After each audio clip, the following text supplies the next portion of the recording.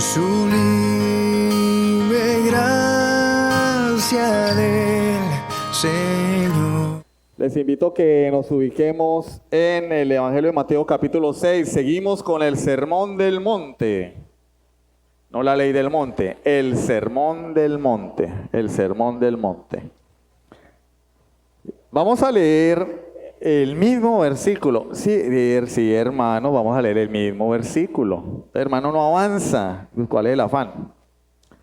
Mateo, es que ya llevamos 3 semanas con el versículo 10. Bueno, pero hoy sí lo vamos a finalizar. Vamos a leer el 9 y el 10. Mateo 6, versículos 9 y 10. ¿Listo? ¿Ya lo tienen? Vosotros pues oraréis así: Padre nuestro que estás en los cielos, santificado sea tu nombre.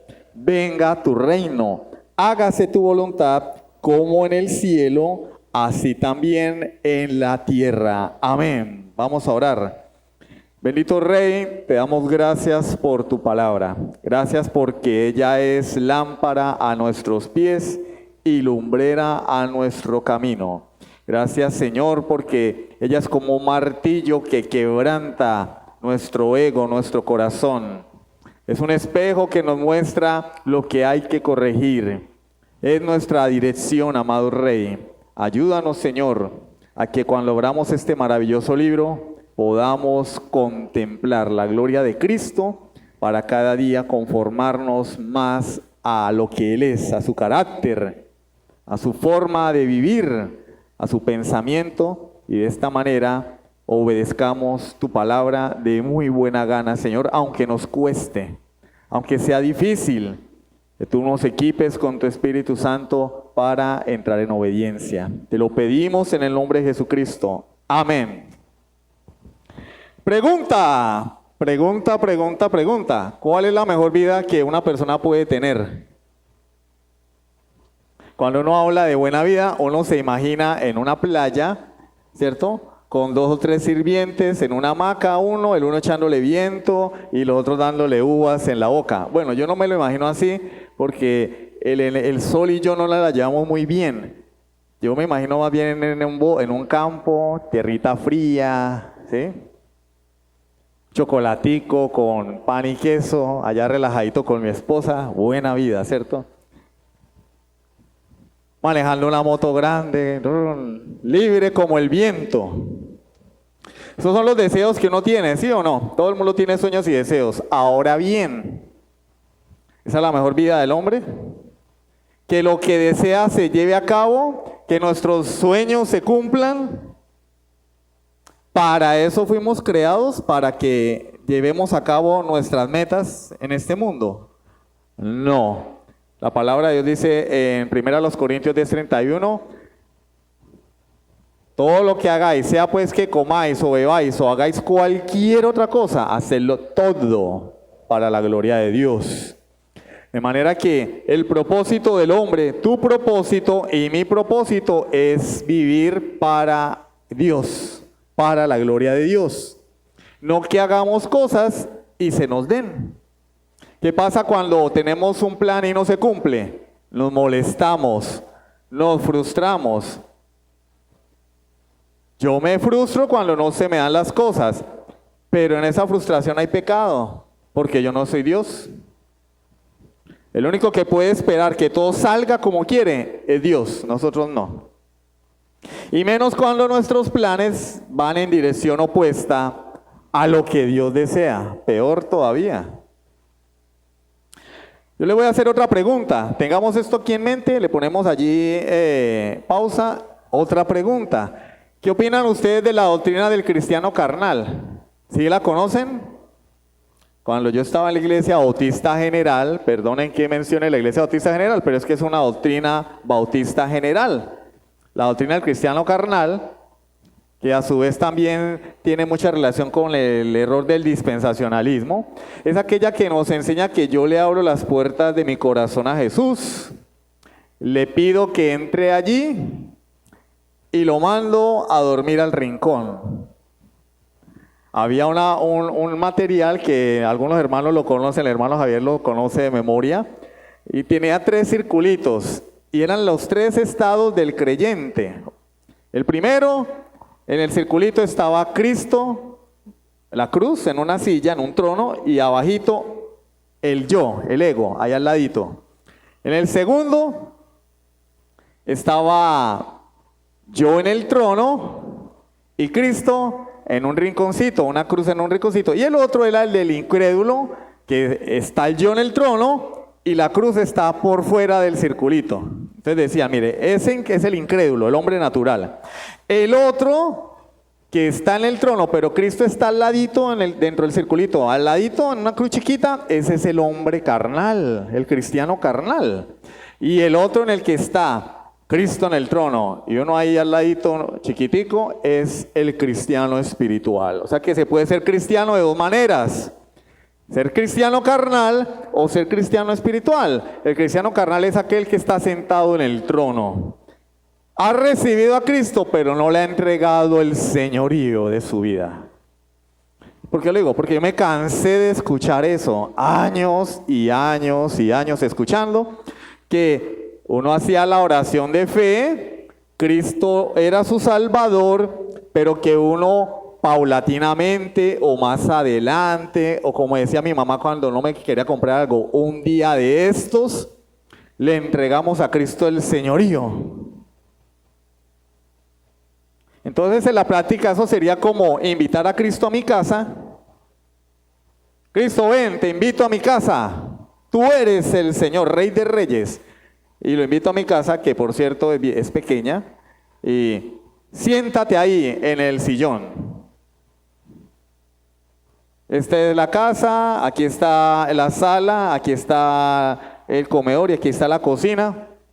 Y detrás de esa puerta está mi cuarto. Ahí no puedes entrar.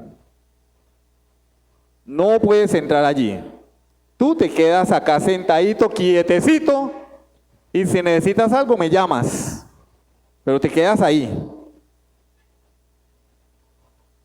Esa es la concepción que tiene el mundo del cristianismo. Cristo está en mi corazón, pero el que manda soy yo. Cristiano carnal, pues todo el mundo es cristiano carnal.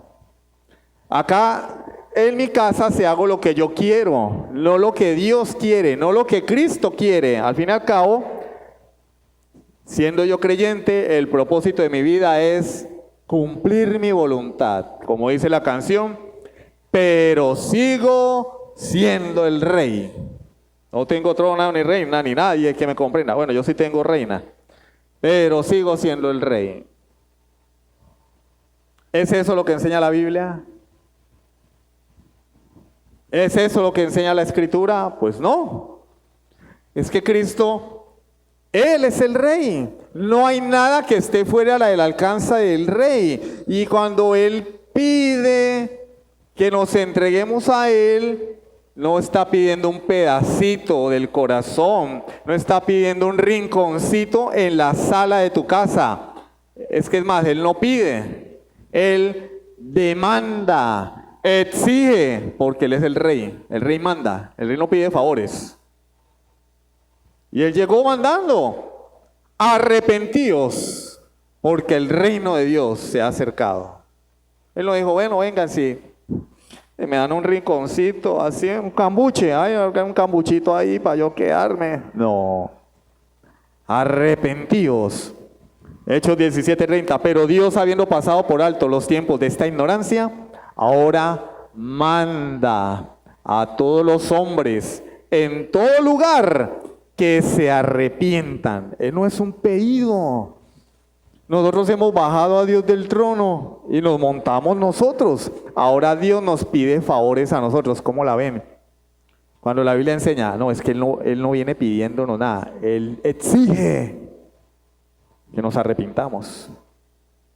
Él es el Señor. Entonces esa teología del cristiano carnal es un error grave. O Él es el Señor o no es nada. Si no es Señor, no es Salvador. Si es Salvador, tiene que ser el Señor. Él tiene que comandar el timón del barco. Y Él no se lo presta a nadie. No, bueno, yo vine y te voy a fabricar un timón para que tú gobiernes el barco de tu vida y lo lleves a donde tú quieras. No, yo vengo al barco de tu vida, ahora yo soy el capitán, yo mando, me entregas el timón y lo llevo a donde yo quiero y tú me obedeces. Ese es el Señor. El título de la predicación de hoy es: ¿hágase mi voluntad o hágase tu voluntad? ¿Cuál es la voluntad que se va a hacer? La mía. La oración que Él nos enseñó es: venga tu reino, hágase mi voluntad. ¿Así? ¿O es hágase tu voluntad? Y vamos a ver 3 puntos. En primer lugar, hágase tu voluntad. En segundo lugar, en la tierra como en el cielo. Y en tercer lugar, a manera de aplicaciones, no se haga mi voluntad, sino la tuya. Vamos a comenzar por el principio. Primer punto: hágase tu voluntad. ¿Cómo dice la oración? La oración dice: Padre nuestro que estás en el cielo, santificado sea tu nombre. Venga tu reino, hágase tu voluntad como en el cielo, así también en la tierra. La oración por ningún lado, ya ustedes lo van a buscar por aquí, lo van a buscar en los pasajes paralelos y lo buscan desde Génesis 1 hasta Apocalipsis 22. Y no van a encontrar nada que diga hágase mi voluntad. No la van a encontrar. El texto dice: hágase tu voluntad. Tu voluntad es la voluntad de Dios. Ahora, ¿cuál es la voluntad de Dios? Bueno, la voluntad de Dios la podemos definir de 3 maneras diferentes. En primer lugar, la voluntad de decreto o los decretos eternos de Dios, que es lo que Dios ha determinado que debe ocurrir. El consejo eterno de Dios, lo que Él ha decidido en la eternidad que tiene que pasar, ese es el decreto eterno de Dios. O es la voluntad secreta de Dios. Nosotros no sabemos lo que va a ocurrir ahorita, pero Dios ya lo decretó. Dios decretó si te va a salir una mosca en la sopa al almuerzo. Tú no lo sabes, es un secreto para ti, no sabes. Pero Dios sí lo sabe porque Él lo ha decretado. Si sale una mosca, porque así Dios lo quiso. Y si no sale, es porque Dios no lo quiso. Pero yo no lo sé. Esa es la voluntad de decreto de Dios. Siempre se hace lo que Dios ha determinado en su decreto eterno. Y no tiene sentido que esa voluntad esté dentro de nuestra oración. Señor, que tú cumplas tus decretos. No, hermano, es que así tú ores o no, Él lo va a hacer porque Él lo ha determinado. Daniel 4:35, en boca del rey Nabucodonosor: todos los habitantes de la tierra son considerados como nada, y Él hace según su voluntad en el ejército del cielo y en los habitantes de la tierra, y no hay quien detenga su mano y le diga: ¿qué haces? ¿Quién puede tener la mano de Dios? ¿Quién? Aquí en Venezuela hubo un proceso electoral. Algunos esperaban un resultado, otros esperaban otro resultado. Se dio un resultado y para bien o para mal, las cosas han continuado como van. ¿Por qué? Decreto de Dios. Y el día de las elecciones, los unos estaban celebrando porque sí, los otros estaban celebrando porque sí o porque no. Y nadie sabía lo que iba a ocurrir. Lo que está ocurriendo, Dios ya lo había ordenado. Y así se levante, el que se levante, va a ocurrir lo que Dios ha ordenado. Y está ocurriendo lo que Dios ha ordenado. Por eso el Señor no nos manda a nosotros a levantarnos en armas o a levantarnos en un partido político contra X o Y gobierno. Dios nos dice: ora por las autoridades que yo he puesto. El que está porque Dios lo puso. Fin de la conversación. Y eso que yo no soy en ese sentido de la política aquí, sí como que mejor... Pero el que está porque Dios quiso. Así no nos guste. ¿Y qué hace uno? Entonces nos vamos a dar mala vida, a llorar porque él quedó este o quedó aquel. No podemos hacer nada. Es la voluntad decretiva o secreta de Dios. Efesios 1:11. En él asimismo tuvimos herencia en Cristo, habiendo sido predestinados conforme al propósito del que hace todas las cosas, según el designio de su voluntad. Él hace todas las cosas según lo que Él ya planeó antes de crear el universo. Él hizo un diseño, así como cuando uno va a construir una casa, uno primero hace, bueno, hay algunos que no. Yo una vez visité a un amigo y cuando le pedí el baño prestado, la puerta le pegaba a uno en las piernas y la poceta estaba torcida. Tenía uno que sentarse de lado. ¿Serio? ¿Quién hizo esa casa? Mi abuelo. Ah, se le nota. El hombre nota que no hizo un plano. Nunca había tocado una regla en la vida. Yo creo que tocó de lado, así como cuando las señoritas se sientan en las motos, en vestido, así de lado. Y la puerta me daba en las piernas. Pero Dios hizo un plano en la eternidad y lo está construyendo a lo largo de la historia. Está desarrollando el plan. Y Él no va a hacer nada que esté fuera del plan. Él hizo el plan y el plan se va a llevar a cabo, hermano. Porque Él es Dios. Si Él no llevara a cabo el plan, no sería Dios, estaría cometiendo errores, estaría como nosotros en ocasiones haciendo las cosas porque sí, improvisando. Dios no improvisa, Él hace todo de acuerdo a su plan. Pero en segundo lugar tenemos la voluntad de disposición. La voluntad de disposición es lo que a Dios le agrada. Nos describe la actitud de Dios. A Dios no le agrada la muerte de los impíos. Él no desea que nadie se condene. Sin embargo, la gente va a ir al infierno por causa de su pecado. Él llama a los hombres al arrepentimiento y en su voluntad de disposición Él desea que procedan al arrepentimiento, pero ellos no vienen al arrepentimiento. Esa es la voluntad de disposición de Dios. Y en tercer lugar, que es la que nos corresponde hoy, es la voluntad preceptiva. Es lo que Dios manda que hagamos, sus preceptos y sus leyes. Oído, el decreto de Dios se va a llevar a cabo.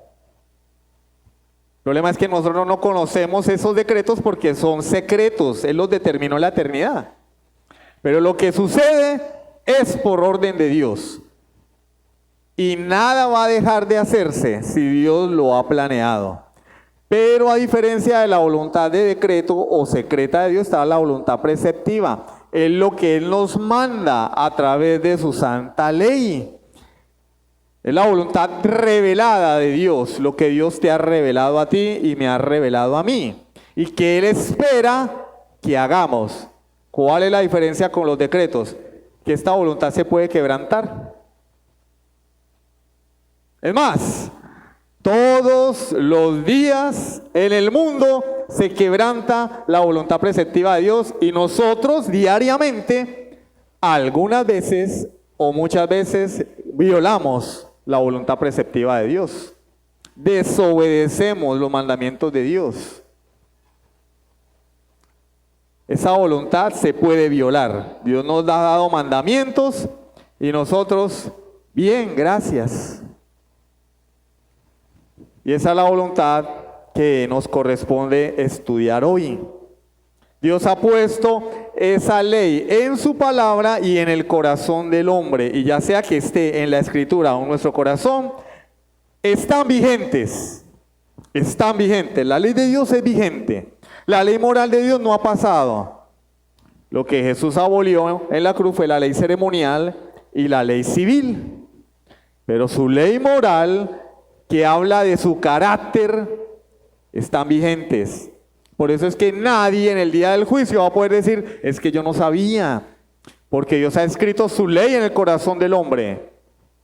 El hombre tiene una conciencia que le dice qué es lo bueno y qué es lo malo. Y más aún tenemos la palabra del Señor que nos dice qué es lo que Dios espera y demanda de nosotros. Nosotros no tenemos autoridad para violar las leyes de Dios. No tenemos autoridad. Tenemos el poder. Porque si Dios me dice, no mentirás, no dirás falso testimonio contra tu hermano, es su mandato, pero yo lo puedo violar. De hecho, nosotros, hace la mano el que no haya dicho mentiras. La voluntad de Dios es que yo diga mentiras. Su voluntad de disposición es que yo diga mentiras. No, pero yo violo su ley. Él ha dado un precepto, no mentirás. Y yo digo una mentira. Él me dice que lo haga, que diga mentiras. No, Él no me ha dado autoridad a mí para decir mentiras. Pero tengo el poder de hacerlo. En su soberanía, Dios ha decretado permitir, entre comillas, permitir que pequemos. Por ejemplo, el pecado de Judas. El pecado de Judas. Dios dispuso que Judas entregara a Jesús. Que Judas traicionara a Jesús. Hechos capítulo 2, versículo 23 nos dice que Judas entregó a Jesús por el anticipado conocimiento de Dios. Dios ordenó que Jesús fuera traicionado por Judas. Decreto de Dios. Ahora, Dios obró en el corazón de Judas para que Judas se entregara a Jesús. Claro que no. Judas era ladrón. Jesús lo nombra tesorero de las ofrendas que recibía y Judas robaba de la ofrenda. Y cuando Judas se da cuenta que Jesús no era el Salvador, el Mesías que los judíos esperaban, el libertador que los iba a salvar de la esclavitud de Roma, Judas decide, bueno, este hombre lo van a matar, hasta aquí llegamos, yo voy a sacar mi tajada. Y fue y lo vendió. Fue y lo vendió. Aunque antes Gebel diga que Judas no traicionó a Jesús, ¿no? Lo traicionó. Pero lo traicionó porque Dios obró en su corazón para que lo traicionara. No, lo traicionó porque eso es lo que él era. Ladrón, traidor, pecador. De hecho, la Biblia lo describe como el hijo de Satanás, el hijo de perdición. Dios lo que hizo fue utilizar el pecado de Judas para cumplir su propósito decretado en la eternidad. ¿Cuál? Que Cristo muriera en la cruz por tus pecados y por mis pecados. Utiliza un mal menor para cumplir un propósito mayor. Porque si Judas no entrega a Cristo, Cristo no va a la cruz. Si Cristo no va a la cruz, nosotros no tenemos vida eterna. Entonces lo que Dios hizo fue encaminar, así como cuando uno desvía el cauce de un río para regar cierta tierra, el río viene. Y así yo no lo desvío, el río va a pasar. Pero yo voy a decir, bueno, voy a sacar un bracito de este río, que es lo que hacen los agricultores, y voy a regar mi tierrita. Y lo que hizo Dios fue encauzar la maldad que ya había en Judas para conseguir que su hijo muriera en la cruz por tus pecados y por los míos. Entonces Dios en ocasiones permite, ¿cierto?, que pequemos para alcanzar un propósito mayor. Pero eso no justifica a Judas, ni lo hace menos malo, porque Judas pecó deliberadamente. Pecó porque quiso. El pecado ya estaba en él. Dios no obró para generar ese pecado en Judas. Y en aquel día Judas no va a poder decir, no, Señor, es que yo no sabía, esto es tu culpa. Así como Adán cuando pecó, ¿no? Cuando Adán peca y el Señor le dice, ¿qué has hecho, Adán? Y le dice, la mujer que tú me diste, tú me la diste. Ella comió el fruto y me dio a mí, yo comí. La Biblia dice que Adán no fue engañado. Pablo dice, la mujer fue engañada. Adán pecó porque quiso. Adán pecó porque quiso, porque él no fue engañado, fue engañada la mujer. Y después le echa la culpa a ella y le echa la culpa a Dios. Cualquier parecido con la realidad es pura coincidencia, ¿no? Hacemos lo malo, no es culpa mía, es culpa del pastor, culpa del hermano X, culpa del hermano Y, culpa de mi mamá. Puro psicoanálisis, ¿no? El psicoanálisis dice, la culpa no es tuya, la culpa es del ambiente, de tu familia, de tu papá que te crió así. Es que naciste en un hogar pobre, por eso eres ladrón. No, eres ladrón porque eres un pecador. Es que te crearon dos mujeres, por eso saliste afeminado. No, eres afeminado porque hay pecado en tu vida. No le eches la culpa a los demás. Entonces, esa es la voluntad preceptiva de Dios, que no se cumple en todo el mundo. Es la voluntad que Dios ha revelado en su ley, que en este momento se está violando en toda la tierra. Que nosotros la violamos cuando decimos mentira, cuando no obedecemos lo que Él ha ordenado en este libro. Rompemos, quebrantamos, violamos su voluntad revelada. Y en el mundo, el hombre muerto en su pecado, pues tiene toda la disposición y la inclinación a desobedecer a Dios. Al hombre no hay que invitarlo a que desobedezca a Dios. Al hombre sin Cristo, el hombre sin Cristo sencillamente desobedece a Dios, porque está muerto espiritualmente. Y vio Dios, Génesis 6:5, y vio Dios que la maldad del hombre era mucha en la tierra, y que todo designio de los pensamientos del corazón del hombre era de continuo solamente el mal. Eso es el hombre sin Cristo. Entonces tenemos esas tres voluntades, y la que nos corresponde hoy es la voluntad preceptiva o la voluntad revelada, es decir, los mandamientos de Dios. ¿Cómo deben obedecerse esos mandamientos? Nos lleva a nuestro segundo punto. En la tierra como en el cielo. La palabra de Dios dice: Padre nuestro que estás en los cielos, santificado sea tu nombre, venga tu reino, hágase tu voluntad como en el cielo, así también en la tierra. ¿Cómo se hace la voluntad de Dios en los cielos? Él manda a un ángel y el ángel le dice: Señor, más tarde, es que estoy ocupado, no tengo tiempo, tengo mucho trabajo, es que me tienes de aquí. Más tarde, pero es que tú si eres cansón, ya, después, ya. ¿Será? ¿Será? No. La creación angelical obedece la voluntad de Dios a la perfección. Y alguien presentaba una ilustración: los Juegos Olímpicos del cielo, los ángeles con sus alas extendidas compitiendo por quién hace primero lo que Dios ha mandado. Están ahí. Que el Señor nada más abra la boca y ¡pum! ¿Quién gana? El que primero obedezca.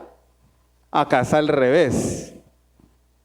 En la tierra, nosotros, como pues sí voy, sí lo hago. O como Kiko, que empieza Kiko a agarrar y se echa aquí saliva, luego aquí otra vez y da un bailecito, después quemando tiempo como en el fútbol. No. Los ángeles de Dios hacen la voluntad de Dios a la perfección. Los redimidos que están en los cielos, los creyentes que han muerto a lo largo de la historia, hacen la voluntad de Dios en los cielos. Porque a sus almas al partir de este mundo ya no tienen relación con el pecado. Ahora son hechos perfectos en alma para servirle a Dios en los cielos. Esperan la resurrección de sus cuerpos, pero en este momento ellos obedecen la voluntad de Dios. Sea lo que sea que Dios les esté mandando en los cielos.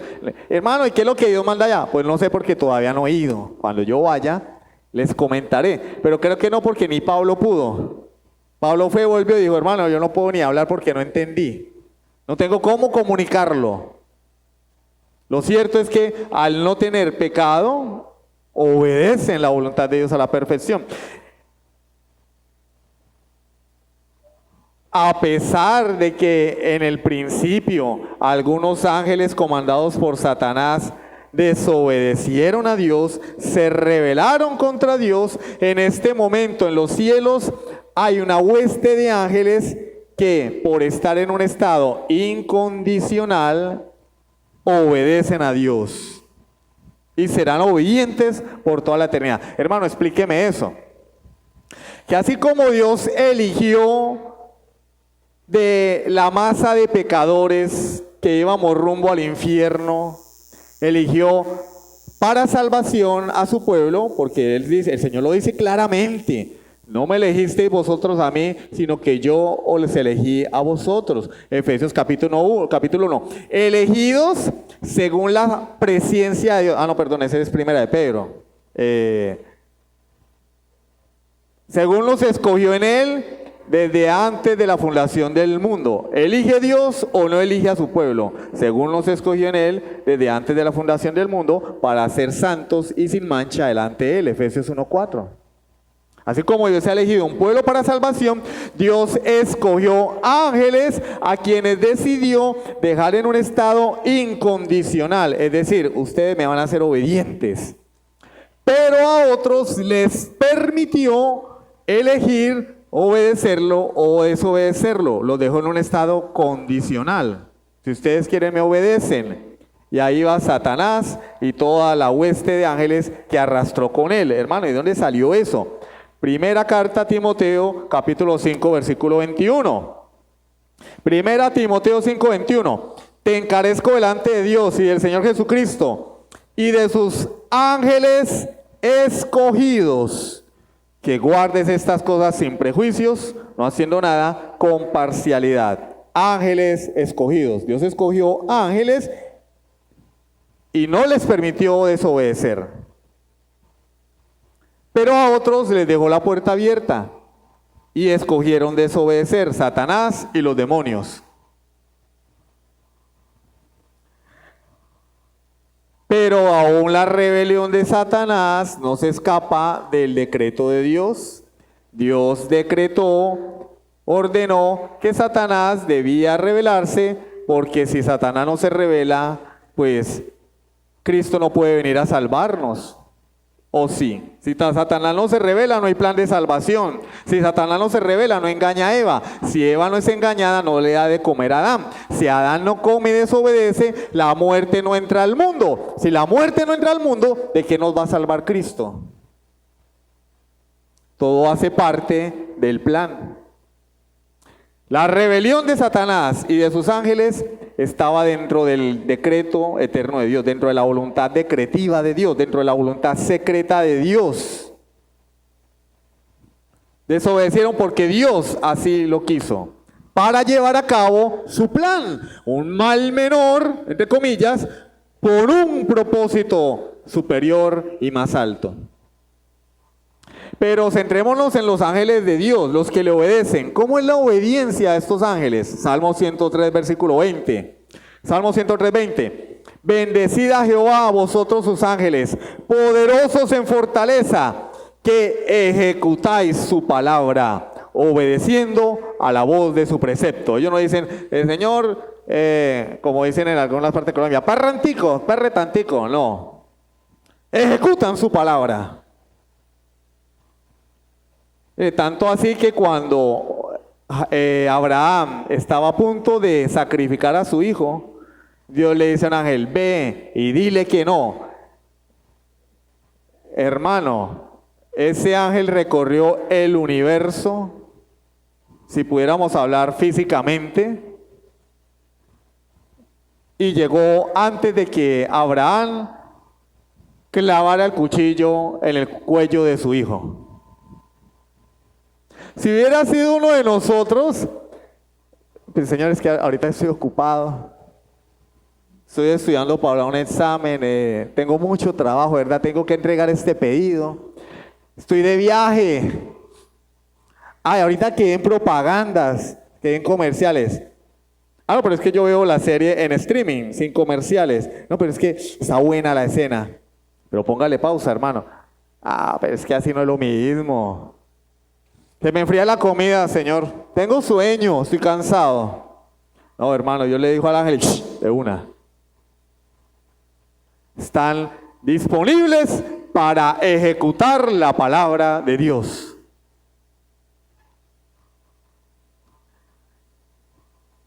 Entonces la obediencia a Dios de los ángeles es que total, sin demora, y así debería ser nuestra obediencia, porque la oración de Jesús es, hágase tu voluntad como en el cielo, así también en la tierra. Es decir, este complemento modifica la oración, porque si quitamos como en el cielo, hágase tu voluntad. Sí, Señor, que se haga tu voluntad, y oramos, Señor, haz tu voluntad. No, papito, espere, que es que falta un pedazo. Que se haga tu voluntad como se hace en el cielo, se haga aquí en la tierra. La verdadera obediencia a Dios es inmediata, con diligencia y sin queja alguna. Entonces leemos el texto de primer libro de Samuel capítulo 15 y vemos a Dios diciéndole a Samuel, dile a Saúl que tiene que aniquilar a Amalek, a la nación de los amalecitas. Venga, pero ¿por qué Dios es tan malo que mandó a matar a hombres, mujeres, niños, hasta las vacas y las ovejas? Porque Amalek se rebeló contra Dios. Cuando Israel salió de Egipto, Amalek se le atravesó en el camino y le dijo, por aquí no pasas. A ver, dice muy bravito, véngase. Se metió con el pueblo de Dios. Amalek es tipo de Satanás. Se interpuso entre el pueblo de Dios y su peregrinaje rumbo a la tierra prometida.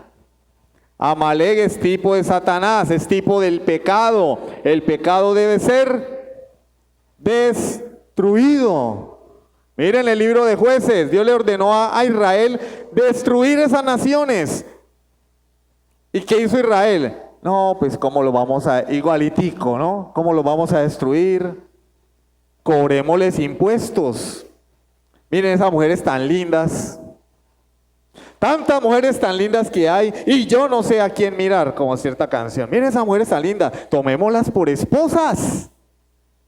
¿Cómo vamos a matar a esas mujeres tan bellas? Los animales, no, esa riqueza. ¿Y qué pasó con la nación de Israel? Léanlo.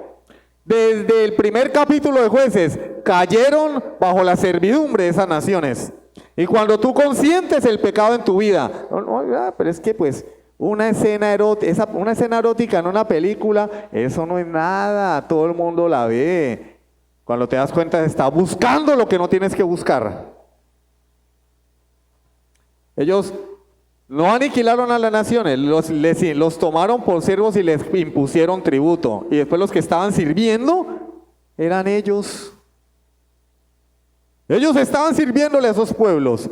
Entonces Dios le dice, destruirás a Amalek. De hecho, Amalek tuvo tiempo para arrepentirse, porque desde que Israel sale de Egipto hasta que llega a la tierra prometida, ¿cuántos años pasaron? 40 años. Y todo el tiempo que estuvo Josué, y todo el tiempo de los jueces, hasta que llega Saúl. Dios le dice, ahora, todo ese tiempo lo tuvieron para haberse arrepentido, no se arrepintieron.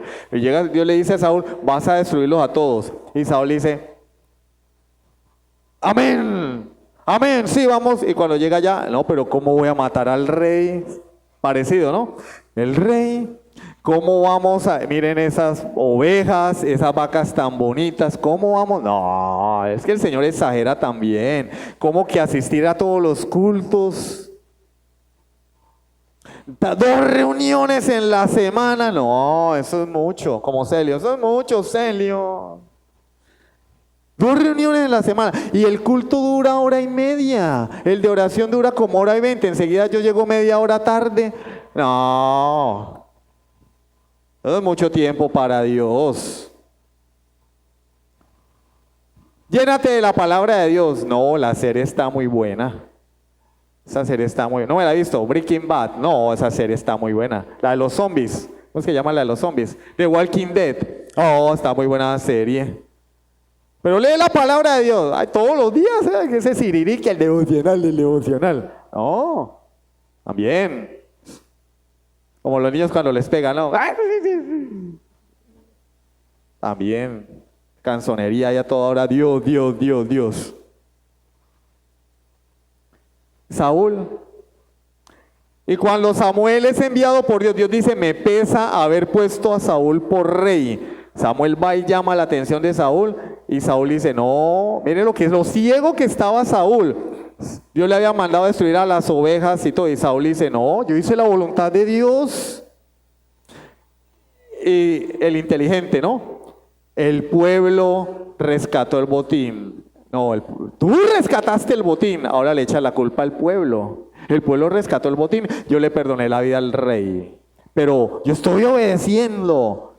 Y Samuel le dice, no, a Dios no le importan tus sacrificios. Dios no quiere que vengas el domingo y des una ofrenda. Él quiere tu obediencia. Él no quiere que tú vengas el domingo y cumplí. El que peca y reza empata. No, Él quiere tu obediencia. Porque la rebeldía es como el pecado de adivinación. La rebeldía es como practicar ocultismo. La rebeldía es idolatría. Y Dios aborrece la idolatría. Cuando no obedecemos a Dios, estamos siendo el equivalente a una persona que practica la brujería.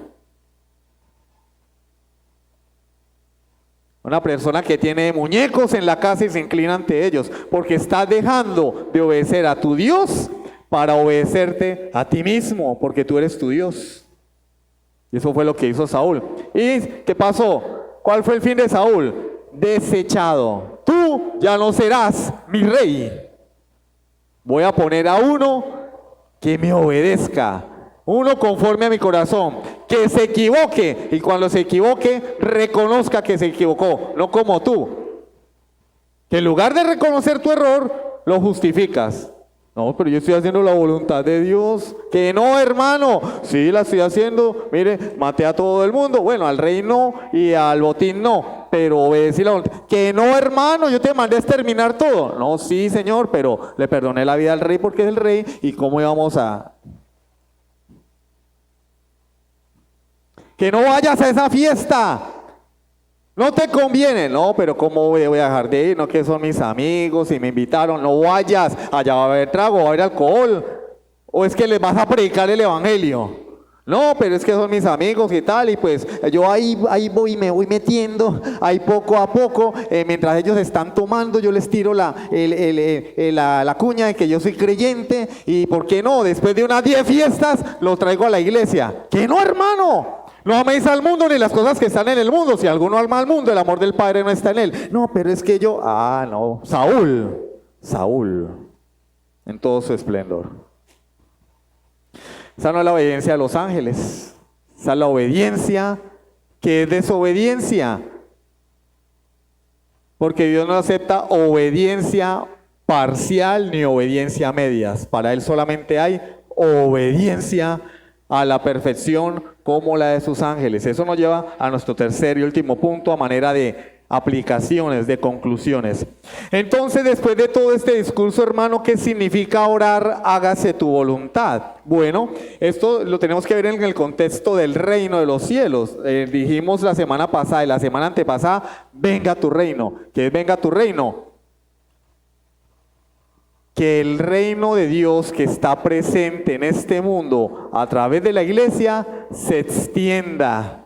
Porque ese fue el propósito en el huerto del Edén, ese fue el propósito cuando Dios hizo pacto con Abraham, ese fue el propósito cuando Dios llamó a la nación de Israel y les dio la ley, ese fue el propósito cuando Cristo vino al mundo y fundó la iglesia, extender su reino a todas las naciones. Y tenemos que orar para que las personas se conviertan a Cristo y el reino de Dios crezca en este tiempo presente. Y tenemos que orar para que Cristo venga por nosotros y que cuando venga estemos preparados.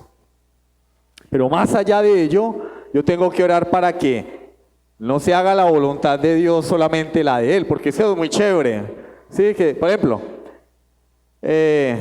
y las elecciones, ¿qué pasó? No, pues hay que esperar en la voluntad de Dios, que se haga la voluntad de Dios. Eso es muy chévere. Yo no tengo responsabilidad allí, pero es que Jesús no está diciendo eso. Acá el Jesús no está diciendo en su palabra que sea la voluntad de Dios. No, Él dice, hágase tu voluntad. Que yo haga la voluntad de Dios.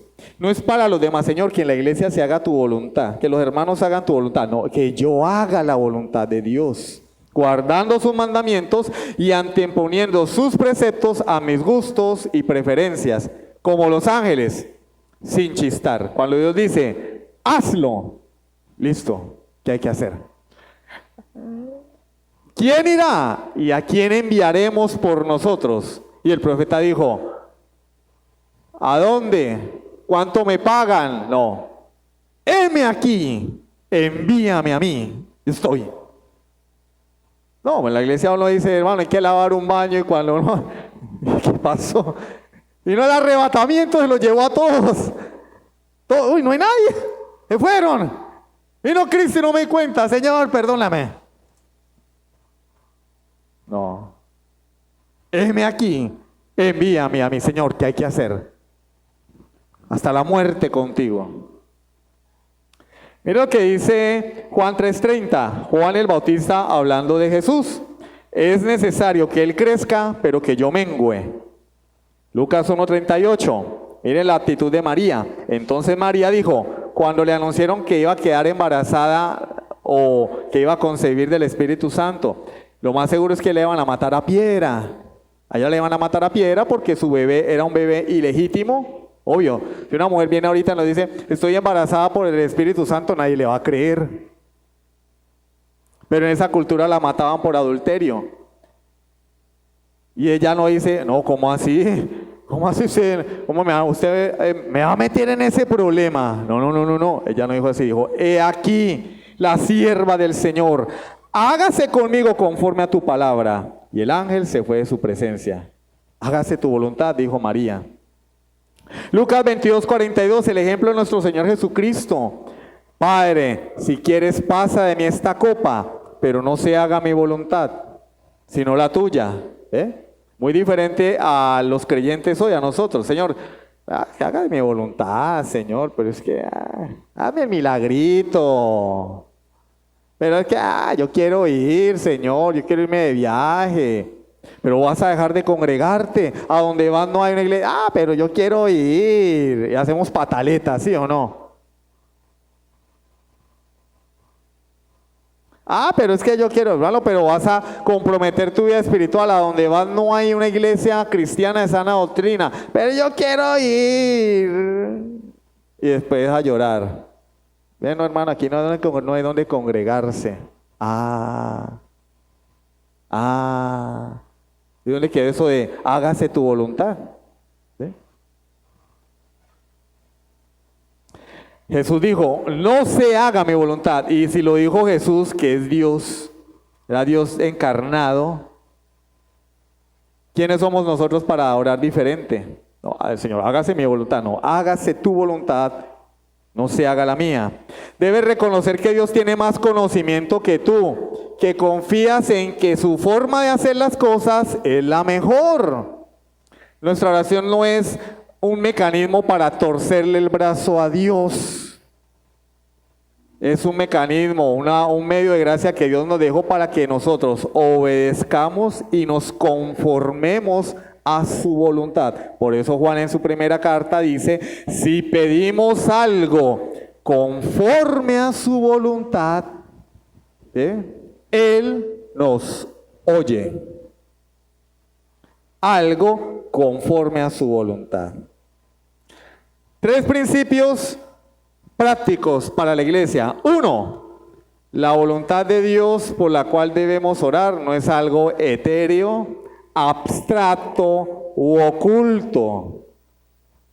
Vuelvo y repito, es muy fácil decir, bueno, sí, Señor, me invitaron a un paseo el domingo, el día del Señor. Y entonces uno dice, vamos a orar, mi amor, vamos a orar. Nos invitaron a un paseo el domingo, en el día del Señor. Tenemos que irnos temprano, no vamos a ir a culto. Bueno, oremos para que se haga la voluntad de Dios. ¡Qué bacanería! Y nos vamos de paseo y decimos, bueno, si estamos acá es porque Dios así lo quería. ¡Bacanísimo! ¿Dónde le firmo? Pero es que Dios no nos está diciendo que tenemos que orar por su voluntad secreta. Nos está diciendo que tenemos que orar por su voluntad preceptiva. Jesús no dijo que sea tu voluntad, Él dijo hágase tu voluntad. La voluntad de Dios es para obedecerla, es la voluntad que Él ha revelado. Nosotros no ignoramos esa voluntad. Personas que dicen, hermano, mire, lo que pasa es que me ofrecieron un empleo. Sí, cuénteme. Me ofrecieron un trabajo, no es aquí, tengo que irme, tengo que dejar a mi familia. enseguida es un trabajo extenuante, son 18 horas diarias, de domingo a domingo. ¿Te vas a congregar? No, no hay iglesia cerca, pero yo quiero orar para que se haga la voluntad de... Ay, serio, hermano. El hombre se va a trabajar, deja a su familia botada cuando la Biblia dice que no es bueno que el hombre esté solo. Deja de congregarse, pero va a ganar mucho dinero. Bueno, no, pero es que se hizo la voluntad de Dios. No, papito, la voluntad de Dios está revelada en la Escritura. No dejes de congregarte como algunos tienen por costumbre. No es bueno que el hombre esté solo. Vosotros, maridos, habitad con vuestra esposa sabiamente. Eso es lo que significa vivir. Vivir sabiamente con tu esposa. Habita. Ahí no dice que tienes que irte 1 año, 6 meses a viajar por allá, porque por el sueño americano, el sueño español, el sueño canadiense. Ayúdeme a conocer la voluntad de Dios. No, la voluntad de Dios está en la Biblia, hermano. Obedécela, punto. Obedece la voluntad de Dios. Ahí está escrito. Ese es hágase tu voluntad, Señor, que yo haga tu voluntad. 2.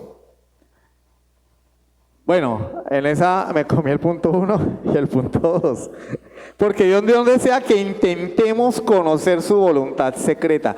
Bueno, ¿y cuál será la voluntad de Dios para esto? No. Eso le corresponde a Dios. Él nos ha revelado sus mandamientos. Mi deber es obedecer lo que está aquí, no ponerme a orar ni a indagar qué será lo que Dios está pensando en este momento, si lo va a hacer o no lo va a hacer. No, yo tengo que, lo que hay aquí, hermano, obedecerlo. 3 punto, ¿cómo sé yo lo que Él quiere que yo haga? Pues está revelado en las Escrituras, tengo que leerla. Tengo que leer la Biblia para saber la voluntad de Dios, de otra manera no la voy a conocer. Tengo que leer la Biblia para saber cómo portarme con mi esposa, con mis hijos, con mis padres, cómo ser un buen empleado, cómo ser un buen patrón, qué espera la iglesia de mí, qué espera Dios de mí, conocer el decálogo, qué es lo que Dios demanda del hombre. Tengo que leer la Biblia para saber cómo comportarme como creyente en un mundo sumido en el pecado. Tengo que leer la Biblia, y si no la leo, pues no voy a saber. Ahí está en la Escritura la voluntad de Dios revelada. Debo examinar mi vida para cerciorarme si estoy haciendo la voluntad de Dios o no. Leo la Biblia y me confronto con ella. Bueno, chulito, X, parece un cementerio, ¿no? X. Chulito, bueno, vamos bien. Sí, bueno, no, yo aquí, pero tengo que confrontarme con la Escritura. ¿Cuál es el problema de los creyentes hoy? Los creyentes hoy quieren hacer la voluntad de Dios, profesan querer obedecer a Dios, pero sus vidas demuestran lo contrario. Triste, pero es una realidad. Señor, yo quiero hacer tu voluntad. Sí. ¿Con quién andas? ¿Qué cosas haces? ¿Qué es lo que hablas? ¿A qué sitios vas? ¿Con quién pasas tiempo? Eso es muy importante. Hay creyentes que tienen más amistad con incrédulos que con sus hermanos de la iglesia, pero quieren hacer la voluntad de Dios. Y esta mañana vimos 3 mandamientos de Dios: amaos los unos a los otros como yo os he amado, llevad los unos las cargas de los otros y servíos los unos a los otros, dice, cada uno según el don que ha recibido, ministrelo a los demás. Es decir, iglesia. No, hay creyentes que se la llevan mejor con los amigos del mundo. Y si salen con sus amigos del mundo. Si comparten con sus amigos del mundo. Si cumple años la niña, invitan a sus amigos del mundo. Pero a un hermano de la iglesia no lo invitan. ¿No será más bien que es porque no son hermanos? ¿No será más bien que es que tú no has nacido de nuevo y por eso te encantan tus amigos incrédulos, por eso te la pasas bien con ellos y cuando ves a un hermano es como si te dieran una patada en el estómago? Entonces decimos querer obedecer a Dios, pero con nuestras acciones decimos lo contrario. Los lugares donde vamos, las conversaciones que hablan, creyentes que, hermano, ni porque su vida dependiera de ellos, hablarían un tema relacionado con Dios y con su palabra. Entonces, que personas que profesan ser creyentes y solo hablan de cosas de este mundo, del carro, de la moto, de la empresa, del dinero, el dólar, el gobierno, las uñas, que el pelo, que el centro comercial. Hermano, y usted no le saca de la boca, ni con ganzúa, hermano, ni con un gancho, un versículo de la Biblia. Solo hablan lo terrenal, como dice la palabra de Dios. Son sensuales, no tienen el espíritu, porque solo hablan lo terrenal. Y uno tiene temas terrenales para hablar, pero uno como creyente se cansa. Llega el momento en que uno dice, pero hermano, pero sáqueme un versículo, nómbreme a Dios al menos. Porque yo soy creyente, yo quiero hablar de mi Señor. Quieres obedecer a Dios, pero tus acciones y lo que dices demuestran lo contrario. Romanos 12 del 1 al 2.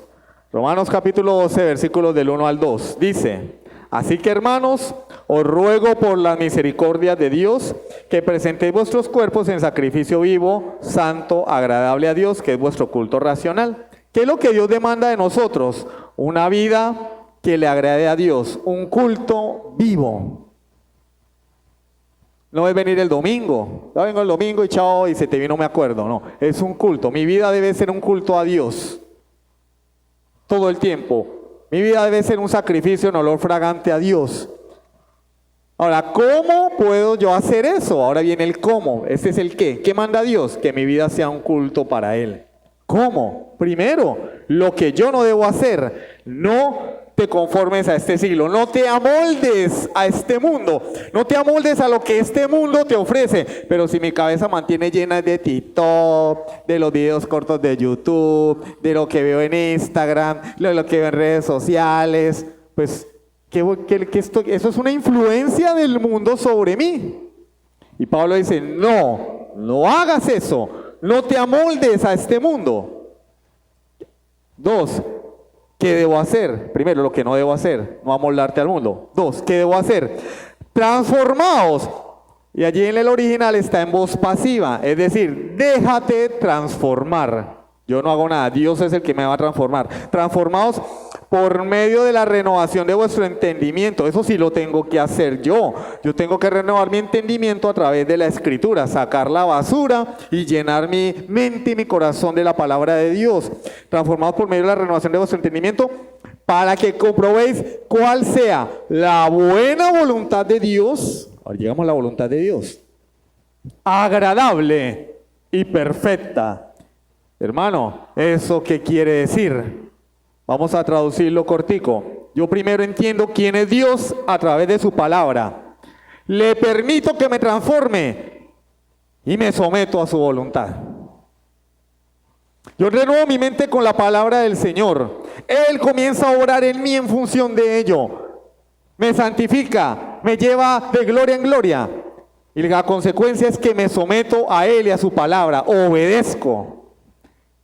Por eso la desobediencia es la muestra de que Dios no está haciendo nada en mí, porque Él lo dice claramente en la carta a los Filipenses: ocupaos en vuestra salvación con temor y temblor, porque Dios es el que en vosotros produce el querer como el hacer por su buena voluntad. ¿Y cuál es la voluntad de Dios de la que habla Pablo acá? La ley de Dios, que es agradable y es perfecta. Primera de Juan, sus mandamientos no son gravosos. Cuando yo lleno mi vida de la palabra de Dios, desecho toda la basura que hay en mí, comienzo a ser transformado por Dios, obedezco su voluntad. Es comprobable en la vida de un creyente que está siendo transformado por Dios. ¿Cómo? Cuando vemos obediencia. Cuando un creyente es desobediente, es un creyente embolatado, y lo más seguro también es que puede que no sea creyente, porque no obedece la voluntad de Dios, no obedece a Dios. Y la oración es: hágase tu voluntad como en el cielo, así también en la tierra. Señor, que podamos obedecerte, Dios mío. Esa debe ser nuestra oración. Señor, yo quiero obedecerte, ayúdame a obedecerte. Ayúdame a llenarme de tu palabra para poder obedecer tus mandamientos. La ley de Dios no es una camisa de fuerza, no es que Dios nos la quiere montar, que Dios es un matagozo cósmico que tiene, hermanos, son 10 mandamientos. 10 mandamientos. Y como nos parecían mucho, nos los resumió en 2.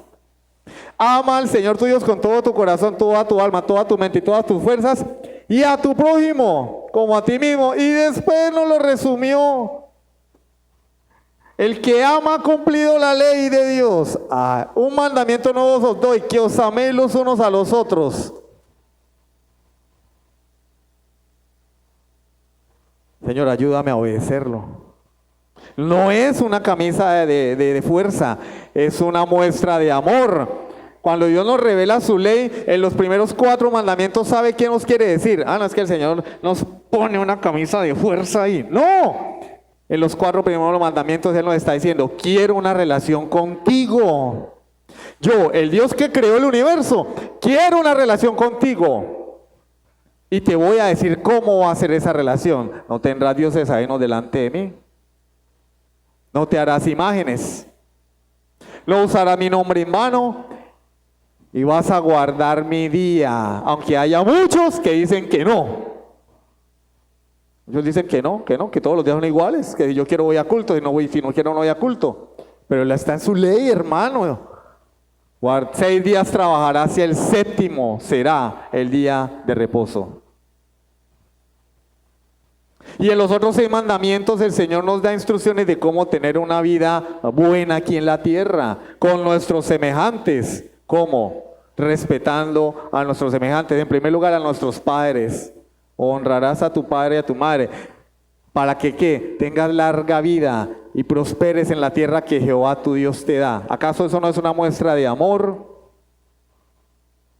En primer lugar nos dice, quiero una relación contigo y te voy a decir cómo es esa relación. En segundo lugar, te voy a decir cómo puedes tener una buena vida aquí en la tierra, cómo puedes tener una buena vida con los que te rodean, porque quiero lo mejor para ti. No, nosotros vemos es una camisa de fuerza.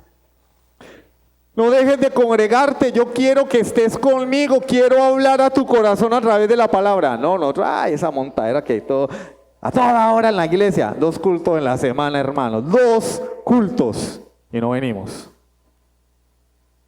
No venimos. Pero es un mandato de Dios. ¿Y qué nos queda a nosotros? Obedecer, porque es lo mejor para nosotros. Juan lo dijo, los mandamientos de Dios no son gravosos. Pablo dijo, la ley de Dios es justa, agradable y perfecta. Esos mandamientos son expresiones de amor para nosotros. Dios nos está mostrando su amor y su deseo de estar con nosotros. No deberíamos nosotros responder positivamente y en agradecimiento a Él obedecer esos mandamientos. Porque es lo mejor, Él sabe que es lo mejor para nosotros. Cuánto amo yo tu ley, toda ella es una delicia para mí. La ley debería ser deleitosa para nosotros, los mandamientos de Dios, su voluntad revelada.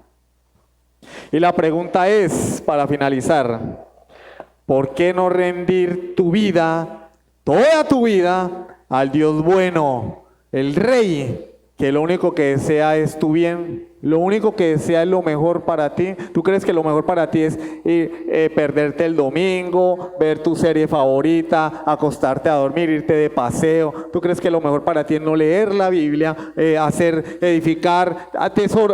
tesoros acá en la tierra es lo mejor para ti? No, Dios te dice, no te hagas tesoro en la tierra, hazte un tesoro en el cielo, porque ese tesoro nada lo va a destruir. Vas a recibir una herencia incorruptible, reservada en los cielos para ti. A través de sus mandamientos, Dios nos expresa el anhelo de su corazón porque estemos con Él, por darnos lo mejor. Y lo más sensato sería atender a su voz y obedecer. ¿Sí o no? Lo más inteligente. Vamos a orar. Padre Celestial, te alabamos, te damos honra y gloria, Señor, por tu palabra. Gracias, Dios, porque Tú nos instruyes a través de ella, hablas a nuestros corazones, corriges lo deficiente. Nos santifica, Señor, pero el propósito es que nos encaminemos.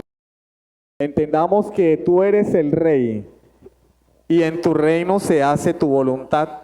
Y si estamos dentro del reino de los cielos, estamos en medio de tu pueblo, es para obedecerte como súbditos.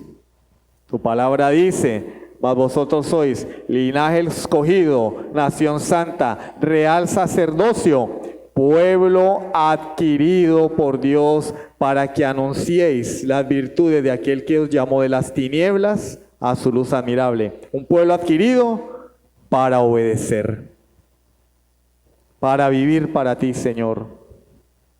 Un reino de sacerdotes, un reino de gente que seamos mediadores entre Dios y los hombres a través de la predicación del Evangelio, a través del buen testimonio, Señor, a través de servirte en medio de la iglesia. Ayúdanos, Dios, a llevar a cabo tu voluntad. Y si hay alguien aquí, Señor, que no entiende tus mandamientos, no entiende que tú eres el Rey, no entiende, Señor, que su vida no le pertenece, que algún día tú lo llamarás a pedirle cuentas y que es mejor que esté del lado de Jesucristo. Yo te pido que le des arrepentimiento y fe. Que entienda que ha violado tu ley toda su vida y que la paga del pecado es la muerte eterna. Pero que tú ofreces un regalo únicamente por gracia, por medio de la fe en Jesucristo, y es la salvación. Y que lo único que tiene que hacer es creer en Jesús. No tiene que pararse de cabeza, no tiene que dar una ofrenda, un diezmo, no tiene que pagar primicias ni pagar penitencias. Solo fe en el Hijo de Dios. Juan 5:24, el que oye mi palabra y crea el que me envió, tiene vida eterna y no vendrá condenación, mas ha pasado de muerte a vida. Tú no dejaste la ley para que nos aplastara, tú dejaste la ley para que al ver que no podemos cumplirla, busquemos a aquel que sí la pudo cumplir y nos refugiemos en él, Jesucristo, nuestro Dios y Salvador. Muchas gracias, Dios mío, por escucharnos. Oramos en el nombre de nuestro Dios y Señor Jesús. Amén. Sublime gracia del Señor.